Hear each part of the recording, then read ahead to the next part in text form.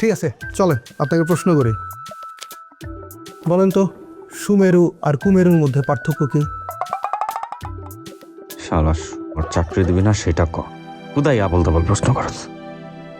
Sir দেখেন, আপনারা আমাকে চাকরি দিবেন না এটা বললেই পারেন। এই ধরনের আজাইরা প্রশ্ন কেন করেন স্যার?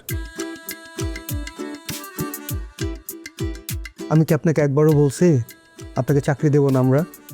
কারণ আপনার ব্যবহারও তো ভালো না, শুধু আপনার এই খারাপ ব্যবহারের জন্য আপনার চাকরি হবে না। ঠিক আছে, আপনি যান, আসেন। স্যার দেখেন, আমার যে চাকরি এমনিও হবে না অমনিও হবে না, এতটুকু বোঝার জ্ঞান আমার আছে। আর চাকরি যদি হইতো তাও আমি আপনাদের চাকরি করতাম না, কারণ আপনাদেরকে আমার পছন্দ হয় না। আসি। সালাম। আপনাদেরকে সালাম দেওয়া উচিত না। কি ভাব, চাকরি করবে না? আচ্ছা যাই হোক, সাজ্জাদ সাহেব, আচ্ছা সুমেরু আর কুমেরুর পার্থক্য কি আপনি জানেন? আরে আমি জেনে কি করব?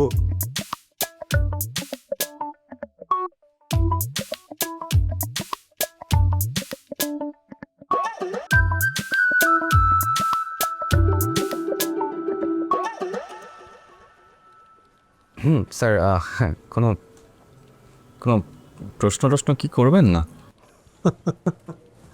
প্রশ্ন তো অবশ্যই করব, তার আগে আপনাকে একটু ভালো করে দেখে নিই। কি বলেন আসিফ সাহেব?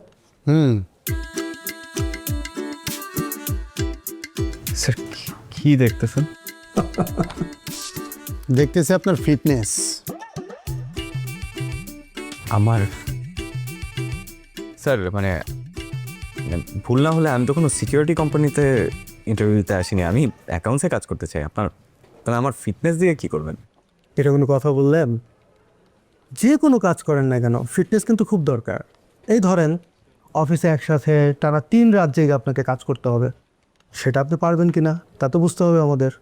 আবার এমন ধরেন যে টানা 3 মাস আপনার কোনো ছুটি নেই, সেই ক্ষেত্রে আপনি টানা কাজ করে যেতে পারবেন কি না তাও ডিপেন্ড করবে আপনার ফিটনেসের উপরে। বুঝতে পারছেন ব্যাপারটা? দেখা হয়েছে? আপনার তো অনেক তাড়াহুড়া।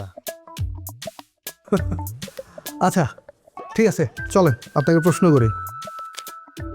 বলেন তো, সুমেরু আর কুমেরুর মধ্যে পার্থক্য কি?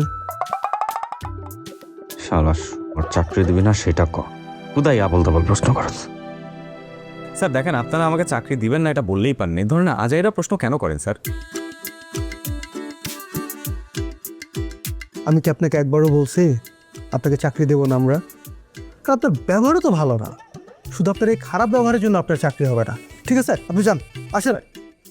স্যার দেখেন, আমার যে চাকরি এমনিও হবে না অমনিও হবে না, এতটুকু বোঝার জ্ঞান আমার আছে। আর চাকরি যদি হইতো তাও আমি আপনাদের চাকরি করতাম না, কারণ আপনাদেরকে আমার পছন্দ হয় না। আসি। সালাম। আপনাদেরকে সালাম দেওয়া উচিত না। কি ভাব, চাকরি করবে না? আচ্ছা যাই হোক, সাজ্জাদ সাহেব, আচ্ছা সুমেরু আর কুমেরুর পার্থক্য কি আপনি জানেন?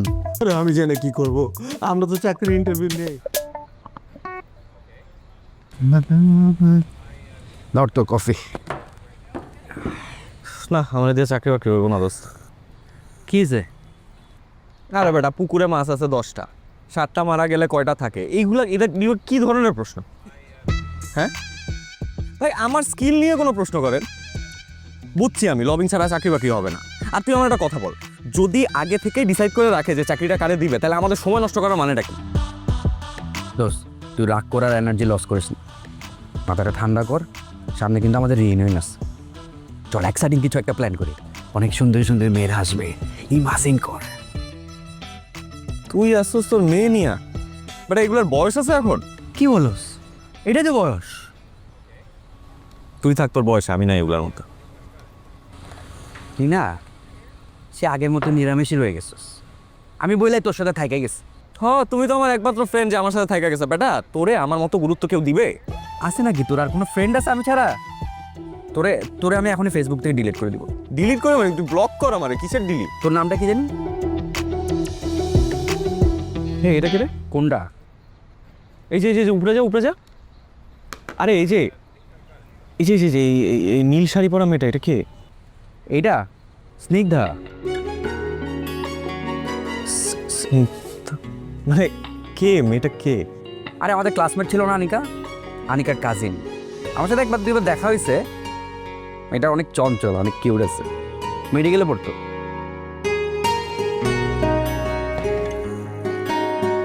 মেডিকেলে পড়ে মানে ডাক্তার, আর আমার এখন কোনো চাকরি নেই।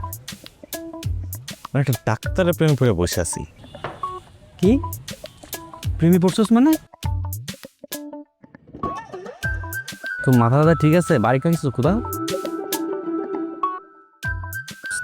হয়েছে কি, মানে আমি না বেশ কিছুদিন ধরে স্বপ্ন দেখি, বুঝছস? স্বপ্নে একটা এরকম ওনার নীল শাড়ি পরে আমার স্বপ্নে আসে, আমার দিকে এসে তাকায় থাকে।